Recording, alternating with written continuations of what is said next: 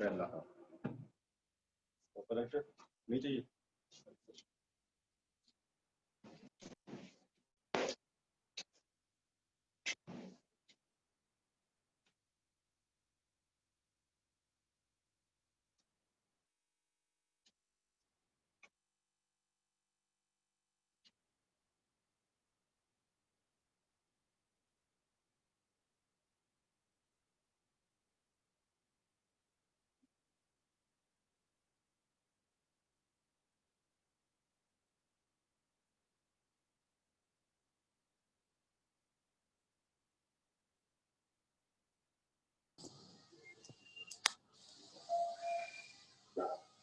आपको integration differentiation तो first part यही चल रहा है।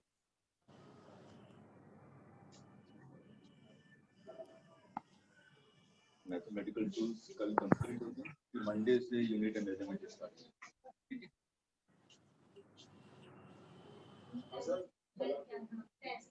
कलर 11 अतुल सर से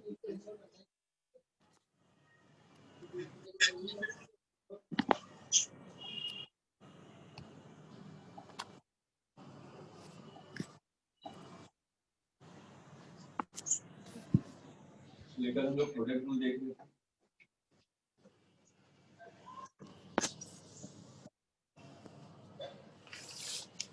प्रोडक्ट रूल में क्या होता है, D by d x of you into D. पहले को कांस्टेंट रखेंगे, सेकंड को डिफरेंशिएट,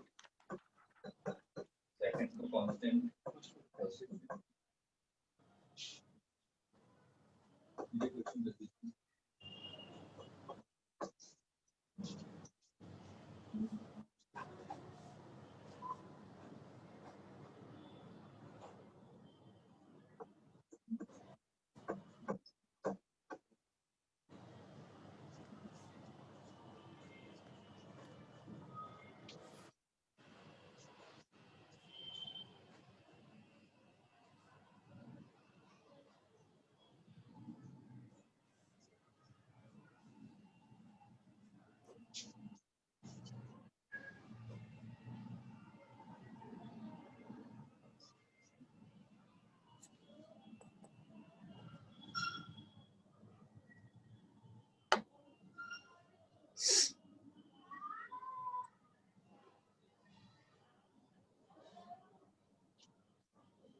अल्फी और वीडियो ऑन कर लीजिए।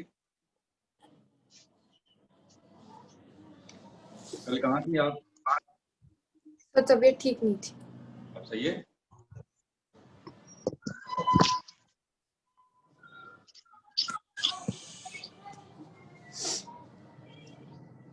नेहा वीडियो ऑन कीजिए। सर आप रिकॉर्डेड लेक्चर देते बोले थे।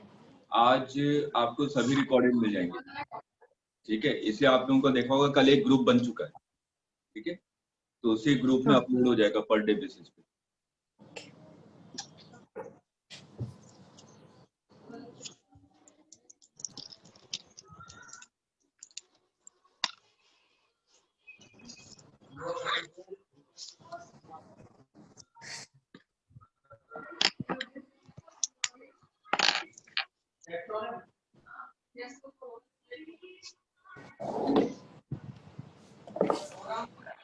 फिर माइक को म्यूट कर लीजिए।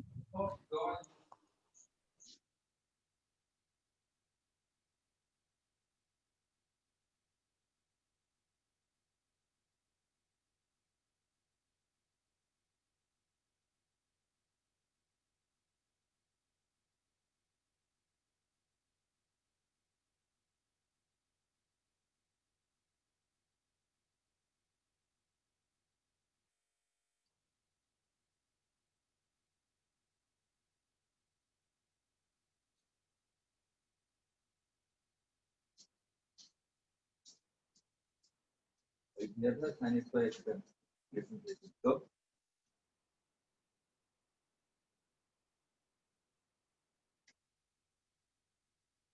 गलत है, किसी का भी सही नहीं है।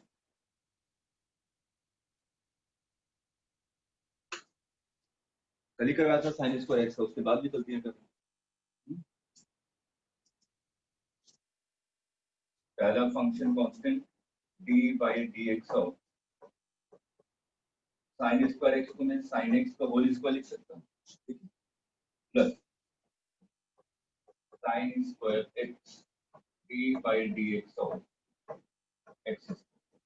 मैंने सिंपल रूल लगा दिया मल्टीप्लिकेशन, ठीक है।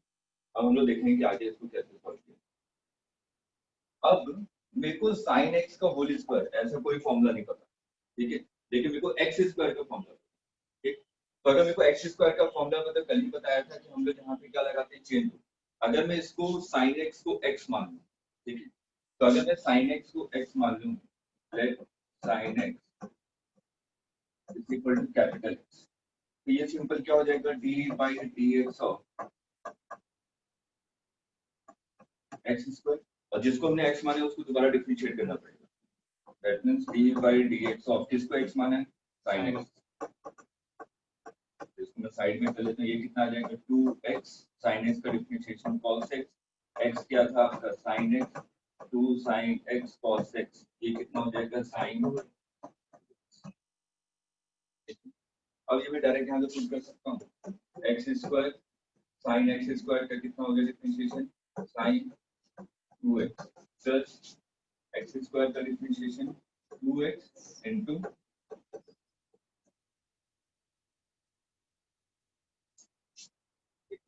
11th में खास तौर पे बिना डिफरेंशिएशन हम लोग क्वेश्चन सॉल्व नहीं कर पाएंगे, बहुत जगह डिफरेंशिएशन आने वाला है और आपका स्ट्रेट लाइन मोशन से स्टार्ट हो जाएगा।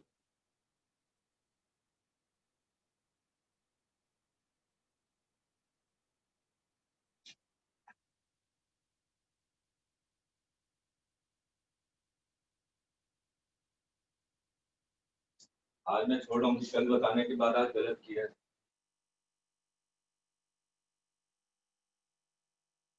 अल्फिया समझ में आया? नहीं, कोई नहीं, आपको रिकॉर्डेड लेक्चर मिल जाएंगे, कल और आज का देखेंगे आपको बिल्कुल क्लियर हो जाएगा, ठीक है।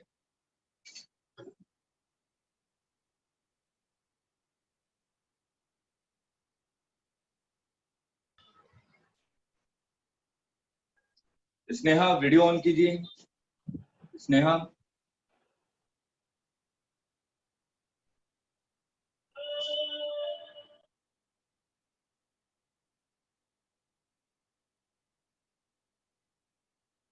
स्नेहा कहाँ थी आप 2 दिन से? अनम्यूट कीजिए माइक को। Good morning sir. Good morning. 2 दिन से कहाँ थी आप? सर वो कुछ प्रॉब्लम हो गई थी घर में, इस वजह से क्लास अटेंड नहीं कर पा रही थी। बेटा ड्रॉपर आप लोगों को सब चीजें भूलनी पड़ेंगी, प्रॉब्लम तो आती रहेंगी, कुछ दिन के बाद हो सकता है फिर से कोई प्रॉब्लम आ जाए, लेकिन जब तक अपने आप को बाइफरकेट नहीं करेंगे प्रॉब्लम से, कैरियर खराब हो गया तो जिंदगी भर प्रॉब्लम रहेगी, उसी हिसाब से सोचना पड़ेगा। चलिए नेक्स्ट क्वेश्चन।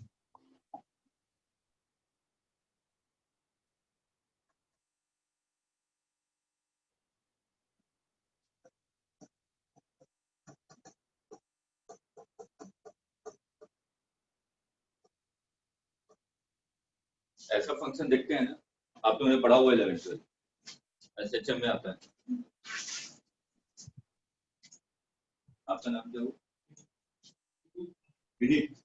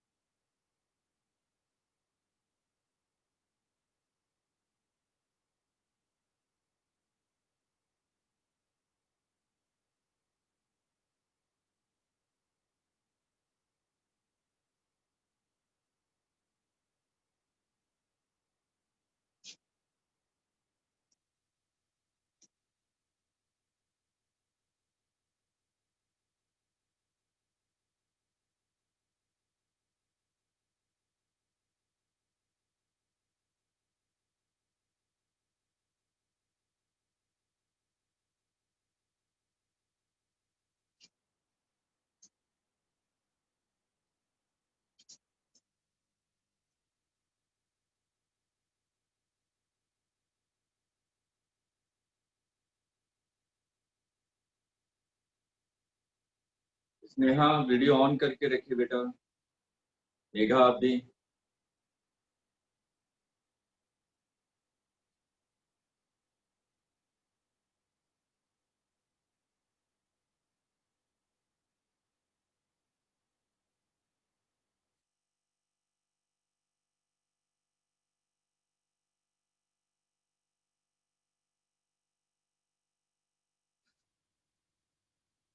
कोई भी सही नहीं कर रहा, सबका गलत।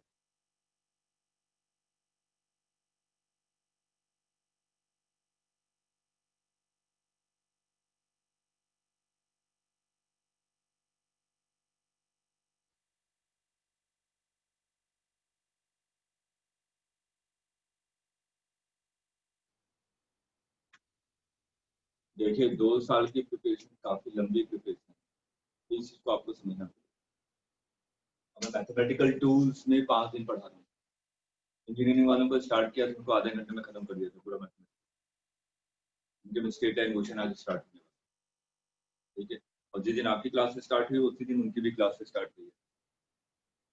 2 साल के लंबे सफर में अगर हम लोग यही चीज नहीं कर पाएंगे, डिफरेंशिएशन इंटीग्रेशन, जो कि आप लोग पढ़ते आ रहे हैं, ठीक है, नहीं भी पढ़ा, मैंने पढ़ाया उसके बावजूद अगर मेहनत नहीं कर रहा, मैं क्या कर लूंगा? फिजिक्स से कॉन्सेप्ट बता के भी क्या कर लूंगा जब आप लोग क्वेश्चन को सॉल्व नहीं कर पाएंगे? क्योंकि बिना डिफरेंशिएशन इंटीग्रेशन के तो 70% क्वेश्चन होंगे ही नहीं सॉल्व। आप लोगों ने पढ़ा हुआ है, रोटेशन करते हैं वहां पे मैक्सिमम मोमेंट ऑफ इनर्शिया वाले इंटीग्रेशन से सॉल्व होते हैं, है ना। और उसके बाद जब इलेक्ट्रोस्टैट पढ़ते हैं, इलेक्ट्रोस्टैट से मैग्नेटिज्म तक सभी क्वेश्चन इंटीग्रेशन से सॉल्व होते हैं। हर जगह इंटीग्रेशन लगाते हैं, रिंग का निकालना है मैग्नेटिक फील्ड, वहां पे इंटीग्रेशन लगाते हैं। बायोस्फीयर प्रॉब्लम करते हैं ना, वो तो डिफरेंशियल एलिमेंट के लिए है, लेकिन अगर मेरे को पूरे रिंग के लिए निकालना है, पूरे रॉड के लिए निकालना है, इनफाइनाइट लेंथ के लिए निकालना है, हर जगह इंटीग्रेशन यूज करना है। Straight line motion, maximum graph के क्वेश्चन आपके डिफरेंशिएशन से सॉल्व होते हैं, ठीक है। डिफरेंशिएशन इंटीग्रेशन कहीं आपका पीछा नहीं छोड़ने वाला पूरे 11th-12th में। और ये स्टार्टिंग में ही अगर आप लोग ऐसे ही गड़बड़ करेंगे, आप लोग डिमोरलाइज हो रहे हैं कि नहीं हो रहे, लेकिन मैं हो रहा हूँ। मेरे को नजर आ रहा है कि अगले इतने सारे फिजिक्स भी कैसे समझेंगे जब मैं स्टार्टिंग के एक कॉन्सेप्ट समझा चुका हूं, उसके बाद सिंपल सिंपल से न्यूमेरिकल नहीं कर। मेहनत आपको करनी है, मैं बाबा बोल रहा हूँ, मैं तो सिर्फ चीजों को समझा सकता हूँ, ठीक है। और मेरी आदत है कि जब तक स्टूडेंट नहीं समझता मैं वहीं पे रुका रहता हूँ, मैं आगे बढ़ ही नहीं पाता। आगे बढ़ने से क्या फायदा, मैं आगे समझाता जाऊँ, पीछे वाली चीजें ही क्लियर नहीं हो रही। तो ये इसके लिए आपको कुछ ना कुछ करना पड़ेगा। खास तौर पे कल जितने लोग प्रेजेंट थे उन पे सबसे ज्यादा गुस्सा आ रहा है कि मैं कल कॉन्सेप्ट बता चुका था, उसके बाद आप लोग क्वेश्चन को सॉल्व नहीं कर पा। इसमें शर्माने वाली बात नहीं है। 12 पास आउट में ये मत सोचिए कि 12 पास आउट तो मैं तो क्वेश्चन पूछ ही नहीं सकता, कि मेरे को तो सब चीजें आती हैं। नहीं, सब चीजें आती तो आज हमने कर। ऐसे आप नहीं, ऐसे लाखों स्टूडेंट हैं जिनको नहीं आता, तभी वो लोग अपने आप को ब्रश अप करने के लिए आए हैं कि कहीं ना कहीं छोटी मोटी कमी रह गई है, उसको मैं ब्रश अप करूँ और नेक्स्ट ईयर क्वालिफाई करूँ। लेकिन उसके बाद भी हेजिटेशन करेंगे कि नहीं मेरे को क्वेश्चन नहीं पूछना है, मेरे को सब चीजें आती हैं, सर क्या सोचेंगे। मैं कुछ नहीं सोच रहा, मेरे को तो पता है कि आप लोग यहाँ पे सीखने के लिए बैठे हुए हैं, लेकिन जब सीखने के लिए बैठे हुए तो उस चीज को यूटिलाइज भी तो कीजिए। एक कॉन्सेप्ट सीख लिया, उस पर क्वेश्चन की प्रैक्टिस ही नहीं की, कॉन्सेप्ट तो जीरो हो जाएगा वापस। कॉन्सेप्ट तो तब बिल्डअप होता है जब मैं कॉन्सेप्ट को सिखा दूं। फिजिक्स में खासतौर पर ये ध्यान रखिएगा, मैंने एक कॉन्सेप्ट बताया कि हाँ इस टाइप के कॉन्सेप्ट होते हैं, अगर उस पर आपने रिलेटेड 10 या 20 क्वेश्चन की प्रैक्टिस नहीं की, वो कॉन्सेप्ट गायब हो जाएगा 2 दिन के अंदर। मेरे को कॉन्सेप्ट इसलिए याद है क्योंकि मैं रोज पढ़ा रहा हूँ उसी चीज को, इससे वो कॉन्सेप्ट मेरे दिमाग में बैठा हुआ है। अगर मैं भी अगर 2-3 साल तक छोड़ दूं तो मैं भी भूल जाऊंगा। ये होता है, हर एक के साथ होता है, ठीक है। लेकिन आपको कम से कम बेसिक चीज पे गड़बड़ नहीं होना चाहिए। मैथमेटिकल टूल्स नीट वालों के लिए बहुत इंपॉर्टेंट है। मैक्सिमम स्टूडेंट इसी कारण मार्क्स खा जाते हैं फिजिक्स में, क्योंकि उनको मैथ्स ही नहीं आती है, स्टार्टिंग में गड़बड़ हो जाता है उनका। मैं फिर से कॉन्सेप्ट को समझा रहा हूँ, ध्यान से समझिए, ठीक। यहाँ पर हम लोग किसके रेस्पेक्ट में डिफरेंशिएट कर रहे हैं? टी के रेस्पेक्ट, ठीक है। तो टी के रेस्पेक्ट में डिफरेंशिएट कर रहे हैं। ए तो कांस्टेंट है, ठीक है, तो मैं कांस्टेंट को पहले में बाहर लिख लेता हूं, ठीक। तो आपने कांस्टेंट को बाहर लिख लिया, एक कांस्टेंट बाहर आ गया, D by D T of sine omega T plus 5। अब जैसे ही आपको क्वेश्चन मिले तो हमेशा देखिए कि मेरे को कौन सा फॉर्मूला यहाँ पे अप्लाई कर सकता हूँ। ठीक है, मेरे को फॉर्मूला एक पता है, D by d x of sine x, ये फॉर्मूला पता है, ये कॉस एक्स होता है। ठीक, यहाँ पे डी बाई डी टी जिसके रेस्पेक्ट में डिफरेंशिएट करेंगे वही फंक्शन होना चाहिए। यहाँ पे x के रेस्पेक्ट में डिफरेंशिएट करे थे तो sin x था। ठीक, तो अगर यहाँ पे मैं t के रेस्पेक्ट में डिफरेंशिएट करूं तो यहाँ पे t होना चाहिए, लेकिन t तो है नहीं, तो मैं क्या करूंगा, इस कोए को क्या सपोज कर लूंगा, t, अभी इसको सपोज कर लूंगा। ठीक, अब इसको अगर मैंने t सपोज कर लिया तो a d by D T of sine t cos t। ठीक, तो cos t, t की वैल्यू कितनी है, अब जिसको आपने सपोज किया है उसको डिफरेंशिएट करना पड़ेगा, ये चेन रूल होता है। तो d by D T of किसको सपोज किया था, ओमेगा t प्लस 5 को। ठीक, तो बस वैल्यू पुट कर दी यहाँ पे, तो क्या हो जाएगा, a cos omega t plus 5 d by D T of omega t, omega constant के बाहर आ गया, p के रिस्पेक्ट में differentiation plus d by D T of 5। 5 तो फेज कांस्टेंट होता है, 5 एक कांस्टेंट है, कांस्टेंट का डिफरेंशिएशन 0, t का डिफरेंशिएशन t के रिस्पेक्ट में 1, तो कितना आंसर आ गया, ओमेगा आ जाएगा बाहर, ये आ जाएगा a omega cos omega t plus 5, ये वैल्यू आ गई। ठीक है, ये सब आप पढ़ते हैं कि ये जो आपने लिखा था ये क्या था, डिस्प्लेसमेंट था ऐसे चेंज कर, तो उसको डिफरेंशिएट करने को क्या मिल गया, वेलोसिटी।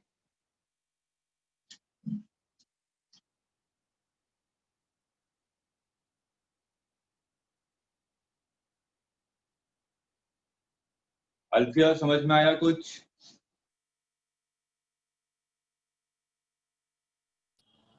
थोड़ा सा समझ में आया सर। ठीक है कोई नहीं, अभी थोड़ी देर के बाद आपको रिकॉर्डेड मिल जाएगा, क्लास ओवर होने के बाद रिकॉर्डेड आज ही देख लीजिएगा। ठीक है, हाँ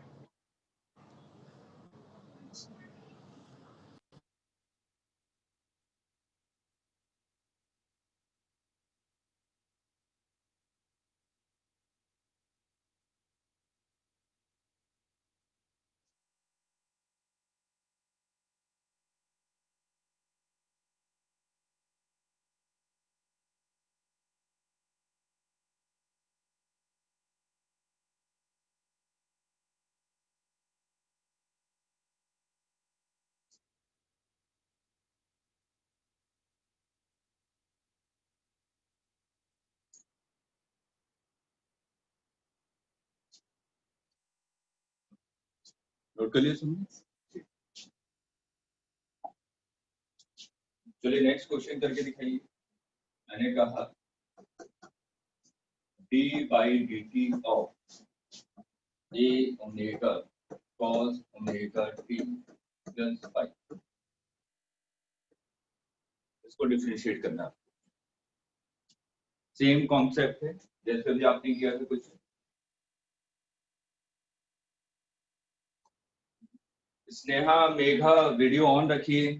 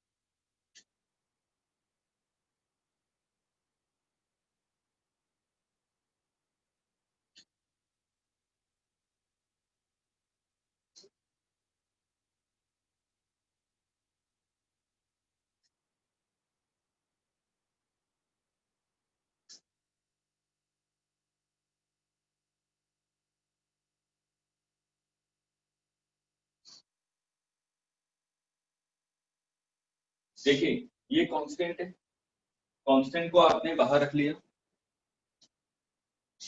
ये कितना हो जाएगा a omega d by D T of cos omega t plus 5। मैं यहाँ पे किसके रेस्पेक्ट में डिफरेंशिएट कर रहा हूँ, t के रेस्पेक्ट में, तो यहाँ पे cos t होना चाहिए, ठीक। तो मैंने इस पूरे को क्या मान लिया, t सपोज कर लिया, ठीक। तो cos t का डिफरेंशिएशन कितना हो जाएगा, माइनस साइन t, ये हो जाएगा minus a omega sine t, और t की वैल्यू कितनी है, ओमेगा t प्लस 5, ठीक है। और आपने जिसको t सपोज किया उसको डिफरेंशिएट करना पड़ेगा, d by D T of omega t plus 5। अब इसको सॉल्व करेंगे क्या आ जाएगा, minus a omega sine omega t plus 5। Omega t को डिफरेंशिएट करेंगे t, 5 को डिफरेंशिएट करेंगे 0, तो omega into omega, omega square. याद कीजिए यही एक्सीलरेशन आता है, ऐसे चल, ठीक है।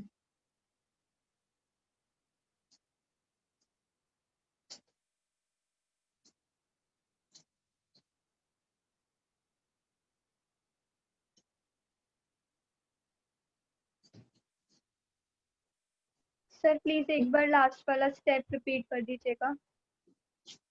इसको डिफरेंशिएट करेंगे ओमेगा टी प्लस 5 को, ओमेगा टी का डिफरेंशिएशन बेटा कितना हो जाएगा, ओमेगा, और 5 का डिफरेंशिएशन कितना हो जाएगा, 0, तो omega into omega, omega square, okay sir. ठीक है। Yes sir. चलिए नेक्स्ट पे चल,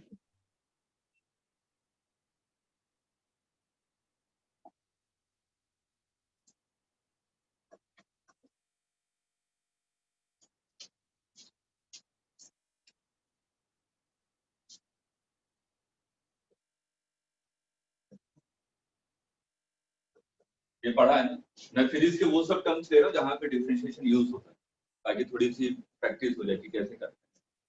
देखिए PV is equal to nRT, मैंने कहा कि ये आइसोथर्मल प्रोसेस है। आइसोथर्मल प्रोसेस का मतलब क्या हुआ, टेम्परेचर इज कांस्टेंट, ठीक है। तो इस इक्वेशन को मेरे को डिफरेंशिएट करना है, डिफरेंशिएट करने के बाद रिजल्ट क्या आएगा, डिफरेंशिएट इक्वेशन 1, बस ये है, इसको डिफरेंशिएट करना है, कीजिए कीजिए, नहीं पता, बस मैंने कहा डिफरेंशिएट, वो आपकी मर्जी है, t के रेस्पेक्ट में कीजिए, x के रेस्पेक्ट में कीजिए, y के रेस्पेक्ट में कीजिए, जो भी वेरिएबल लेने वो आपकी मर्जी। क्योंकि जब हम लोग pv is equal to nRT लिखते हैं तो सिंपल लिखते हैं डिफरेंशिएट दिस इक्वेशन और एक रिजल्ट निकालते हैं।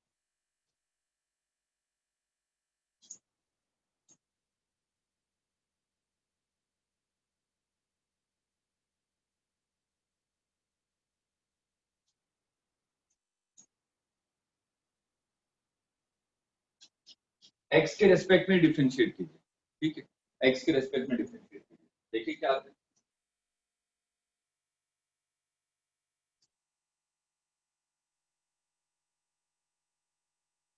हिमांशु स्नेहा वीडियो ऑन करके बैठिए।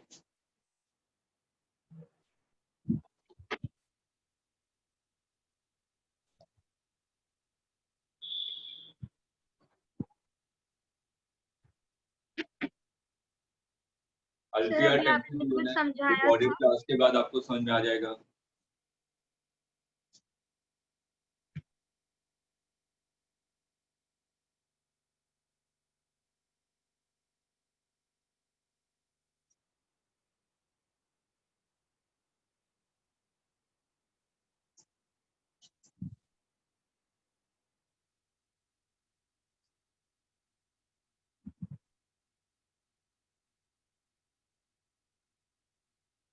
देखिए PV is equal to nRT, temperature constant है, टेम्परेचर कांस्टेंट इसका मतलब ये नहीं है कि प्रेशर और वॉल्यूम कांस्टेंट है, तो यहाँ पे हमारे पास वेरिएबल क्या हो गया, प्रेशर और वॉल्यूम दोनों वेरिएबल हैं, ठीक है। अगर आपने आइसोथर्मल प्रोसेस पढ़ा है तो आपके पास अगर किसी भी गैस के बारे में हम लोग स्टडी करते हैं तो वहाँ पे 3 चीजें डिफाइन करते हैं, प्रेशर वॉल्यूम एंड टेम्परेचर, ठीक है। और उसमें अलग अलग प्रोसेस होते हैं, वॉल्यूम कांस्टेंट होता है तो आइसोकोरिक प्रोसेस, प्रेशर कांस्टेंट होता है तो आइसोबैरिक प्रोसेस, टेम्परेचर कांस्टेंट होता है तो आइसोथर्मल प्रोसेस, अगर हमारे delta Q is equal to 0 होता है हीट एक्सचेंज तो एडियाबैटिक प्रोसेस, ठीक है। ये 4 स्टैंडर्ड प्रोसेस होते हैं हम लोगों के पास, ठीक है। अब मैंने यहाँ पे कहा कि PV is equal to nRT, यहाँ पे आपका आइसोथर्मल प्रोसेस है, इसका मतलब पी क्या है, कांस्टेंट है। एन क्या होता है, नंबर ऑफ मोल्स, ये ऑलरेडी कांस्टेंट है किसी भी गैस के लिए। आर क्या है, गैस कांस्टेंट, जिसकी वैल्यू तो कांस्टेंट है, और टेम्परेचर भी कांस्टेंट। इसका मतलब जो राइट हैंड साइड में जो पैरामीटर्स हैं वो क्या हो गए, कांस्टेंट हो गए। कांस्टेंट। अब लिख सकता हूँ PV is equal to constant, ठीक है। अब मैंने कहा कि डिफरेंशिएट करना है, अब किसी के रेस्पेक्ट में डिफरेंशिएट कीजिए, जिसको मन करे उसके रेस्पेक्ट में डिफरेंशिएट कीजिए। मैंने कहा मैं बी के रेस्पेक्ट में डिफरेंशिएट करूँ, ठीक है, क्योंकि मैं तो ये देखता हूँ ना कि वेरिएबल कौन कौन से हैं, पी और बी वेरिएबल है। अगर एक्स के रेस्पेक्ट में करें तो एक्स के रेस्पेक्ट में बी, ठीक। चलिए एक्स के रेस्पेक्ट में करते हैं, P by d x of P V is equal to constant. ये दोनों वेरिएबल है ना, अभी मैंने प्रोडक्ट रूल बताया था, अगर दो फंक्शन हो u और v, पहले को कांस्टेंट रखते हैं, दूसरे को डिफरेंशिएट करेंगे, दूसरे को कांस्टेंट रखेंगे, पहले को डिफरेंशिएट करेंगे। तो यहाँ पे आपने क्या किया, p को कांस्टेंट रखा, b को डिफरेंशिएट किया, प्लस b को कांस्टेंट रखा, p को डिफरेंशिएट किया, और कांस्टेंट का डिफरेंशिएशन 0, dx को कॉमन लेके मल्टीप्लाई कर दीजिए, तो क्या बचेगा, p dv plus g dt equal to 0। खत्म। अब बुक में आपको क्या मिलता है, ये इक्वेशन लिखी रहती है और डिफरेंशिएट करने के बाद डायरेक्ट ये लिख दिया जाता है। देखिएगा बुक को पलट कर, याद आ रहा है ऐसा हम लोग कहाँ पे पढ़ते हैं, जब न्यूटन ने बताया था कि speed of sound in air क्या होती है, तब उसने कहा था कि जो स्पीड ऑफ साउंड होती है वो कैसी होती है, आइसोथर्मल प्रोसेस होता है। उसी को करेक्ट किया था एडिएबेटिक प्रोसेस करके, किसने, लाप्लास ने। कुछ याद आ रहा है, वहां पे गामा आ गया था। चलिए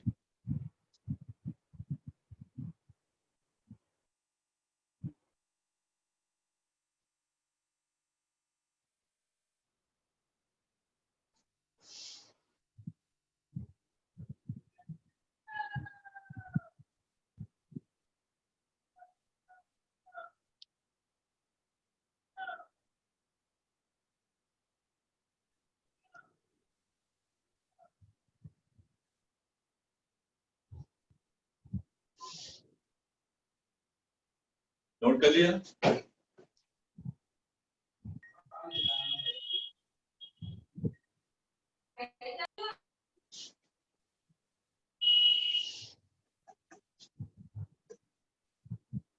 ये कोई फंक्शन है x इंटू वाई, डिफरेंशिएट, इसको डिफरेंशिएट करना है।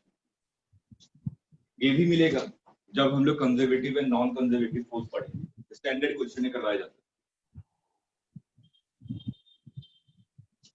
x इंटू वाई को डिफरेंशिएट करना है, इसके रेस्पेक्ट में करना है वो आपकी मर्जी, y के रेस्पेक्ट में कर दीजिए, x के रेस्पेक्ट में कर लीजिए, कोई और थर्ड वेरिएबल ले लीजिए।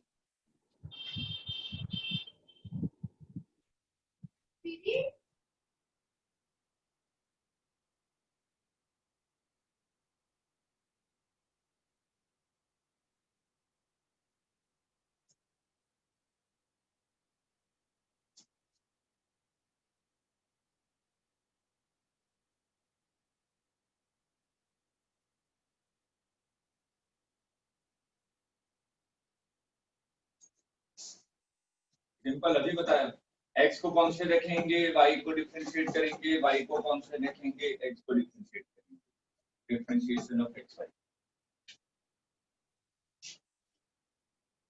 या आगे अभी पीवी इज इक्वल टू लिखा था तुमने, तो वैसे मैंने सिंपल कर दिया, क्योंकि ऐसा टर्म आपको मिलेगा। यहाँ पे एम्स ने 2-3 बार क्वेश्चन पूछा है कंजर्वेटिव फोर्स से रिलेटेड। हम लोग इसको x और y को डिफरेंशिएट करना चाहते हैं, मैं कंजर्वेटिव फोर्स को बता रहा हूँ। जैसे कि आपको जो मैंने कहा कि बर्डन इज इक्वल टू ये मिल गया, x dy plus y dx। अब मैंने कहा कि पार्टिकल पहले ए पोजीशन 0,1 पे था, अब पार्टिकल बी पोजीशन 1,2 पे चला गया, तो कितना वर्क डन होगा। अगर प्रीवियस से क्वेश्चन देखे हैं तो ये जरूर मिलेगा। हम लोग यहाँ पे फिर पार्शियल इंटीग्रेशन यूज करते हैं, फिर बताते हैं कि हाँ ये डी एक्स वाई की इक्वल हो गया। जैसे अगर मैं simple PV is equal to nRT था, ठीक है, मैं सिंपल पीवी लिख रहा हूँ, मेरे को इसको डिफरेंशिएट करना है, ठीक है। लिखने का तरीका, p को कांस्टेंट, v को डिफरेंशिएट, v को कांस्टेंट, t को डिफरेंशिएट, इसलिए बुक में डायरेक्ट लिख दिया। ठीक है,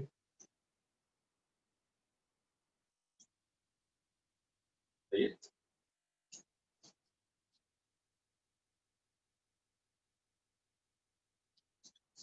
पहले डिफरेंशिएशन बहुत हो गया, कुछ इंटीग्रेशन के बारे में बात करें।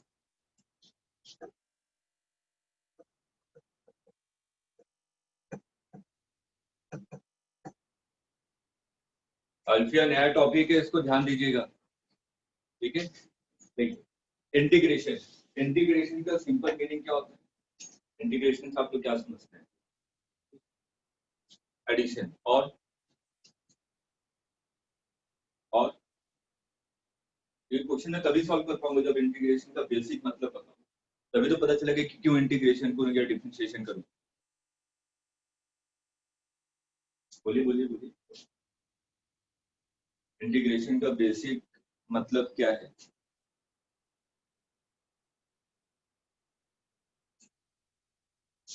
Area under the curve.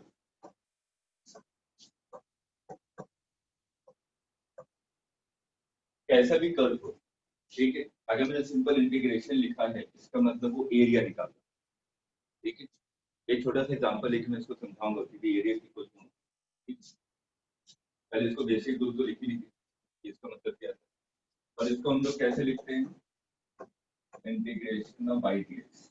हम लोग किसके रेस्पेक्ट में इंटीग्रेट कर रहे हैं? एक्स के रेस्पेक्ट, और वेरिएबल क्या है? बाई।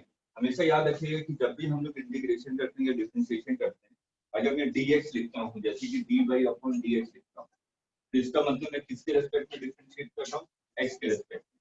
अगर मैं इंटीग्रेशन y dx लिख रहा हूँ, इसका मतलब मैं किसके रेस्पेक्ट में इंटीग्रेट कर रहा हूँ? x के रेस्पेक्ट में। ठीक, जिसके रेस्पेक्ट में मैं इंटीग्रेट करूंगा वही वेरिएबल होना चाहिए, लेकिन यहाँ पे मैं क्या लिख रहा हूँ कि इंटीग्रेशन ऑफ y dx, यहाँ पे वेरिएबल तो y। ठीक है, तो मैं इसको इंटीग्रेट नहीं कर सकता। कब तक नहीं कर सकता? जब तक मैं y को as a function of x ना लिखूं। ठीक है, y as a function of x लिखूंगा तभी मैं इसको इंटीग्रेट कर सकता हूँ। ठीक है, क्लियर है यहाँ तक? अब एक सिंपल सा एग्जांपल है कि हाँ ये आपको एरिया क्यों देता है।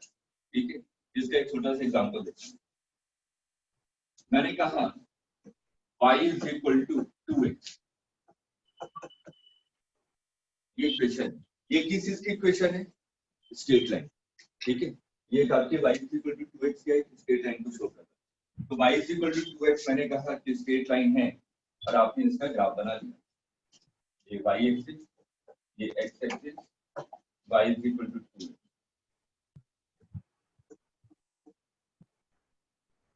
मेरे से बोला गया आपको एरिया निकालना है, ये x इज इक्वल टू 4। ठीक, अगर मैं यहाँ पे देखूं ए बी सी, एक ट्रायंगल बन रहा है। ठीक है, फिर से बोला गया कि इस ट्रायंगल का एरिया क्या है, तो मैंने डायरेक्ट निकाल लिया। मेरे को पता था कि इस ट्रायंगल के एरिया निकालने के लिए मेरे को क्या फॉर्मूला पता है? Half base into height. Base कितना है? 4, हाइट कितना?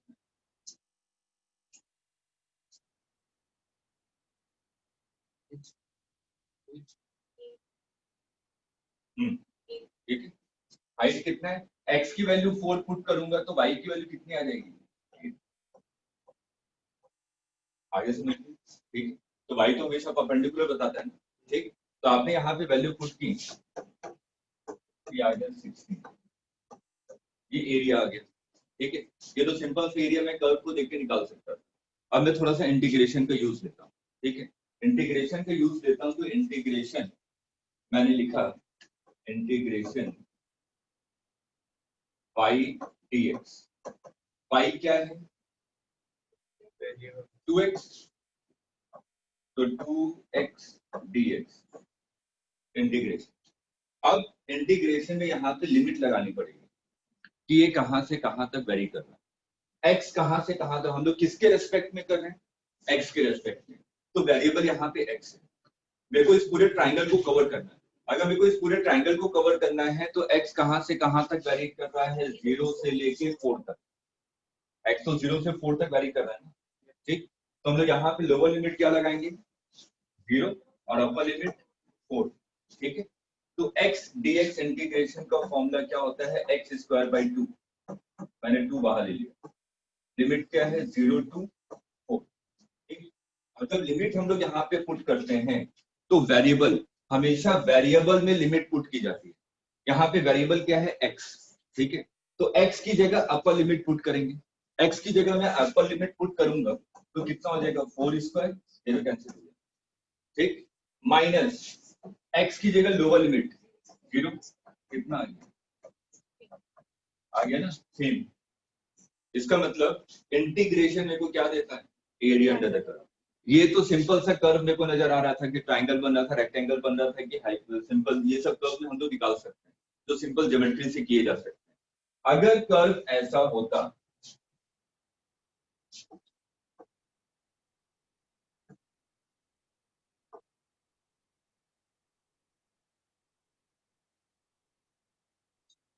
ठीक है, और मेरे से बोला जाता है कि मेरे को इतना एरिया चाहिए, ठीक, या तो ये बोला जाता है कि मेरे को ये वाला एरिया चाहिए, वाइट वाला। आपको कोई स्टैंडर्ड ज्योमेट्री नजर आ रही है क्या? ना ही सर्कल है, ना ही हाइपरबोला, इन सब में तो निकाल ही नहीं सकता। मेरे को तो फॉर्मूले जो पता है, rectangle, parabola, sorry parallelogram, rhombus, इन सब के पता, ठीक है। तो अगर इस टाइप के कर्व को अगर मेरे को एरिया निकालना है तो मेरे पास सबसे बेस्ट टूल क्या है, इंटीग्रेशन। मैं फंक्शन लिखूंगा, इंटीग्रेट करूंगा, आंसर निकाल दूंगा, क्योंकि उससे एरिया इंटीग्रेशन का मतलब क्या है, नोट कीजिए, फिर मैं फॉर्मूले बताता हूँ इंटीग्रेशन के कौन कौन से फॉर्मूले हैं और फॉर्मूले को कैसे अप्लाई करना है। ये तो सिर्फ कॉन्सेप्ट बताया कि इंटीग्रेशन का मतलब होता क्या, ठीक है अल्फिया, ये सिर्फ कॉन्सेप्ट है कि इंटीग्रेशन का मतलब क्या है। अभी मैं फॉर्मूले बताऊंगा, कुछ क्वेश्चन करवा दूंगा कि हाँ क्वेश्चन कैसे सॉल्व करते हैं।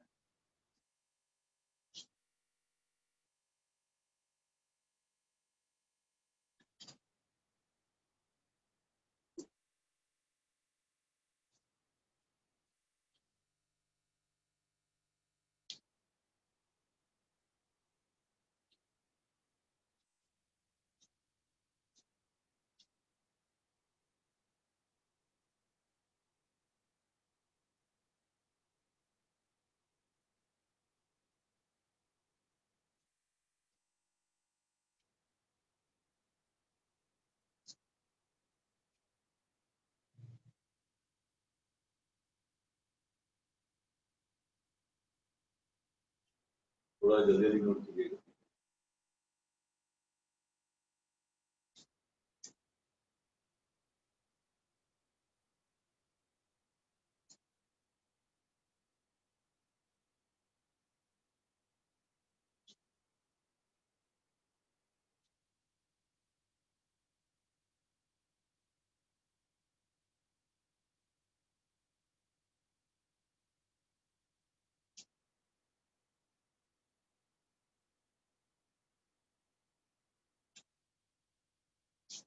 चलिए देखिए, फॉर्मूले नोट कीजिए।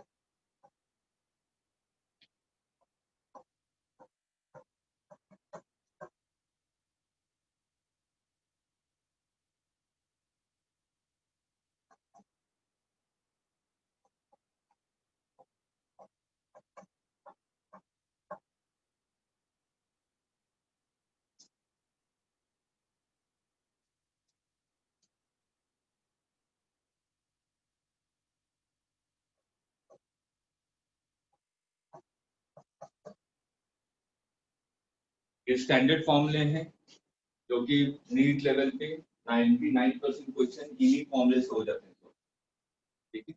बहुत ज्यादा टिपिकल प्रॉब्लम नहीं आते नीट में।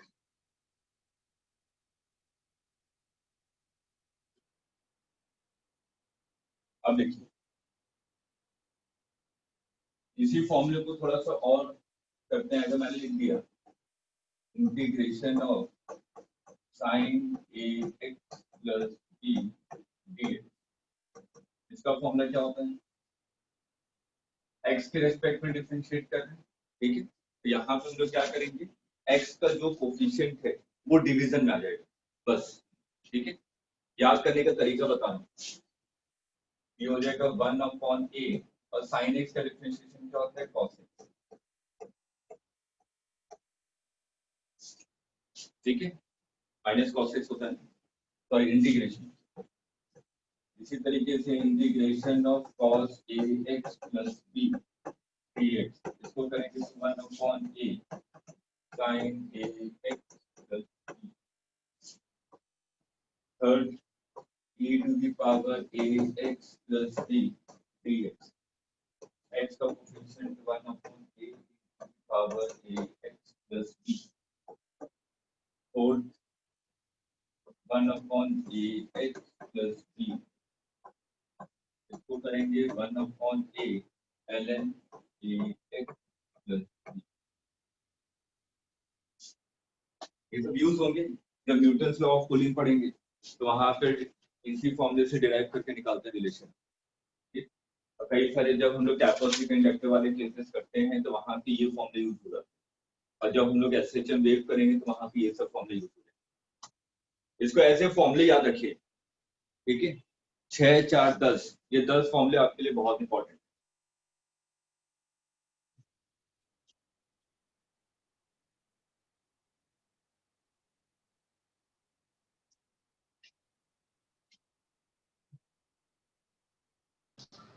सर लेकिन जब क्वेश्चन सॉल्व करेंगे तो कौन से क्वेश्चन पे कौन सा फॉर्मूला आना है, ये तो काफी डिफिकल्ट रहेगा ना। हमें नजर आ जाएगा कि हाँ ये फॉर्मूला यूज हो रहा है, ये फॉर्मूला डायरेक्ट नजर आएगा हमें, ठीक है। यही 10 फॉर्मूले ही यूज होंगे, मैंने कहा ना 99% केस, 100% नहीं कहूंगा कि 1% चेंज हो सकता है, ठीक है, लेकिन 99% केस नीट के लेवल पे यही फॉर्मूले यूज होंगे पूरे फिजिक्स। वैसे तो इंटीग्रेशन के 100 के ऊपर फॉर्मूले वो यूज नहीं है।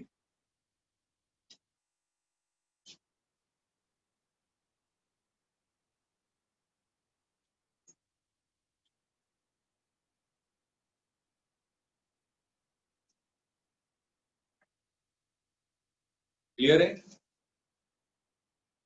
ठीक है। चलिए कुछ क्वेश्चन दे रहा हूँ, जल्दी से करके दिखाइए।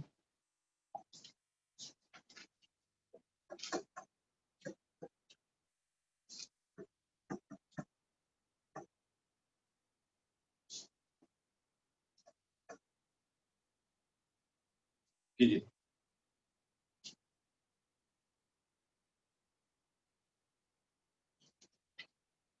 हिमांशु स्नेहा वीडियो ऑन कीजिए, या तो मैं आपको यहां से रिमूव कर दूंगा क्लास से।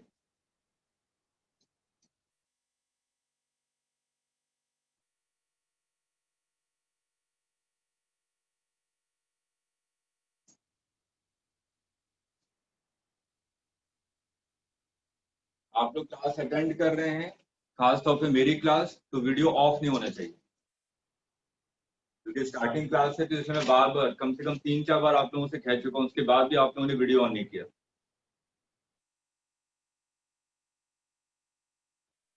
ऑफलाइन क्लास होती है तो बुर्खा पहन के बैठते हैं क्या?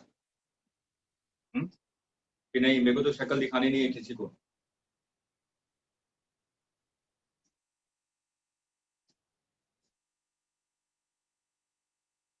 कीजिए, जल्दी से सॉल्व कीजिए। ऐसे इक्वेशन आपके आएंगे स्ट्रेट लाइन मोशन में।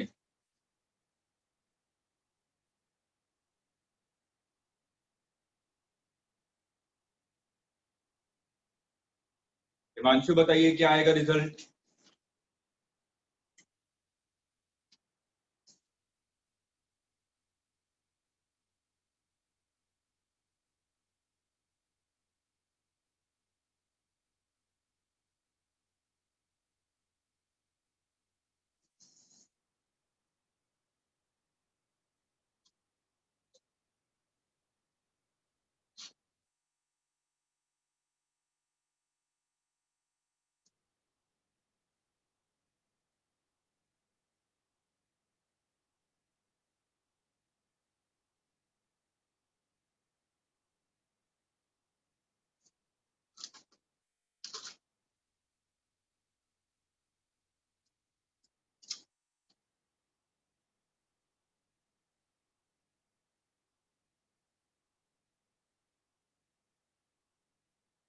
देखिए यहाँ तक तो सही निकाला आपने जो डायरेक्ट फॉर्मूला लगाया। तो यहाँ पे क्या लिखूंगा, एक्स का कोफिशिएंट क्या है 3, तो मैंने लिखा 1/3 ln 3x + 2, लिमिट लगाऊंगा 0 से 5। ठीक है, तो जब भी हम लोग लिमिट की वैल्यू पुट करते हैं तो वो सिर्फ और सिर्फ वेरिएबल में पुट करते हैं। ठीक है, तो यहाँ पे वेरिएबल क्या है, x। ठीक, तो मैंने यहाँ पे लिखा 1/3 ब्रैकेट में ln x की जगह 5 पुट किया। ठीक है, तो 5 × 3 15, 15 + 2 17, तो आपने लिखा ln 17। ठीक, अपर लिमिट पुट कर दी minus lower limit minus ln, किसकी जगह पुट करेंगे, x की जगह, x की जगह 0 पुट करेंगे तो क्या बच जाएगा 2, तो ये कितना हो जाएगा ln 2, ln a minus ln b, ln a/b। ठीक है, तो फाइनल आंसर हमारा क्या आ जाएगा 1/2 ln 17/2, ये है आंसर।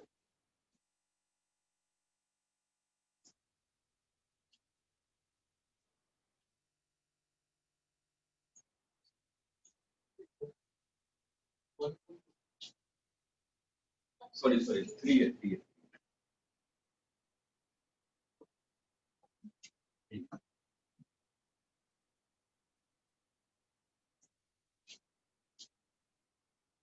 क्लियर है सभी को?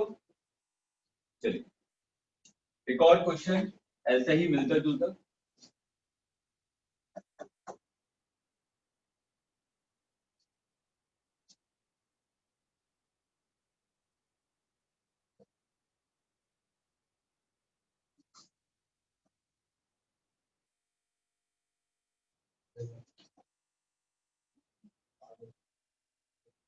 ऐसे फंक्शन आपको स्ट्रेट लाइन में मिलेंगे। यहाँ पे हम लोग किसके रेस्पेक्ट में डिफरेंशिएट कर रहे हैं, v के रेस्पेक्ट में, तो वेरिएबल भी v होना चाहिए, है वेरिएबल v। ठीक है, कीजिए।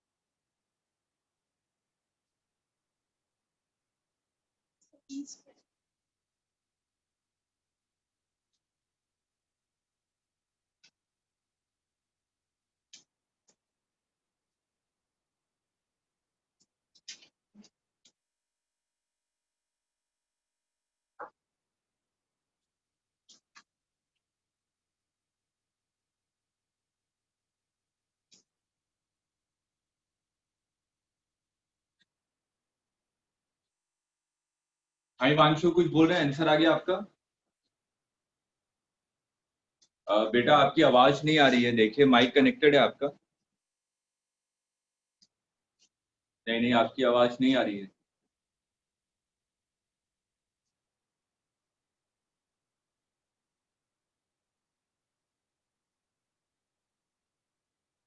आपकी आवाज नहीं आ रही है, देखिए माइक कनेक्टेड नहीं है आपका डिवाइस।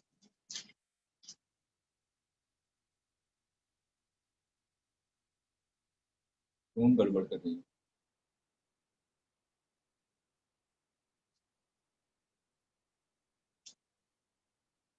अल्फिया क्या हाल है आपका बेटा?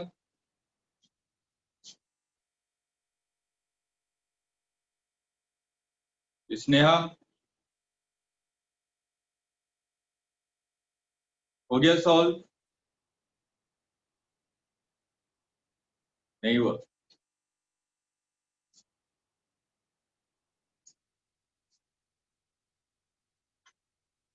चलिए देखिए यहाँ पे क्या लिखेंगे 1/2 ln 2v + 3 limit 0 to v। यहाँ तक तो मेरे ख्याल से सबका सही होगा, डायरेक्ट फॉर्मूला लगाया मैंने। ठीक है, अब यहाँ पे वेरिएबल क्या है v, तो वेरिएबल की जगह हम लोग लिमिट पुट करते हैं, वेरिएबल की जगह। ठीक है, तो मैं v की जगह v पुट करूंगा, v स्क्वायर नहीं होगा, क्लियर है। तो यहाँ पे क्या हो जाएगा 1/2 ln v की जगह v पुट किया तो 2v + 3 minus lower limit v की जगह 0 पुट करेंगे, क्या बच जाएगा 3, ठीक है। तो ये कितना हो जाएगा 1/2 ln 2v + 3 divided by 3, clear है।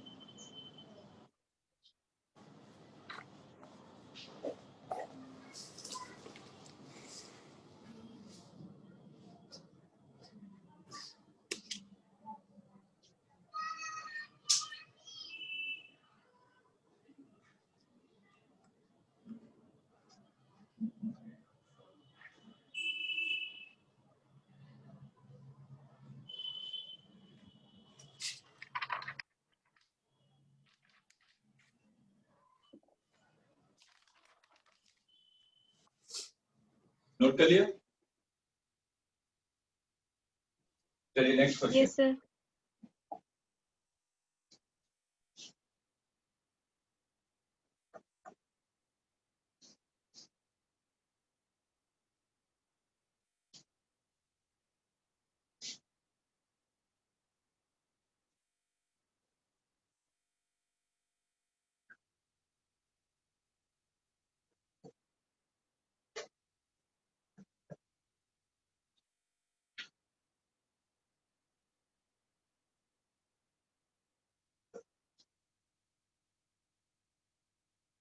मैं ऐसे ही फंक्शन ले रहा हूं जो फिजिक्स में यूज आते हैं न्यूमेरिकल सॉल्व करते समय।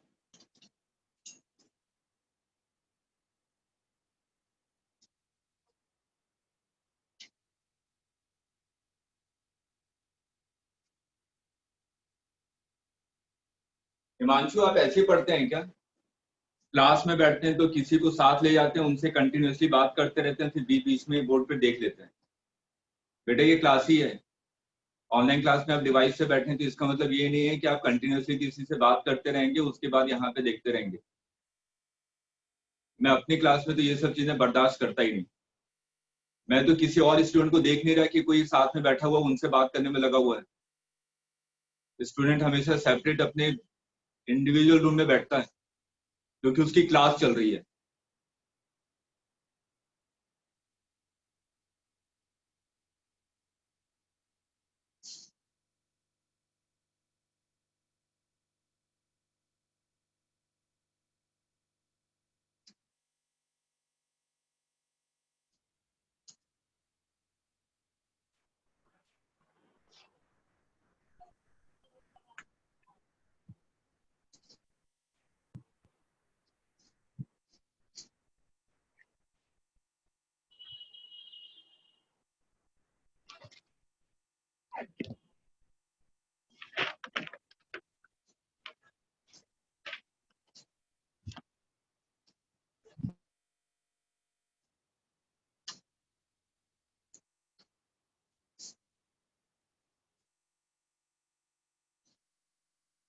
तो ये अच्छा हुआ चलेगा हिमांशु।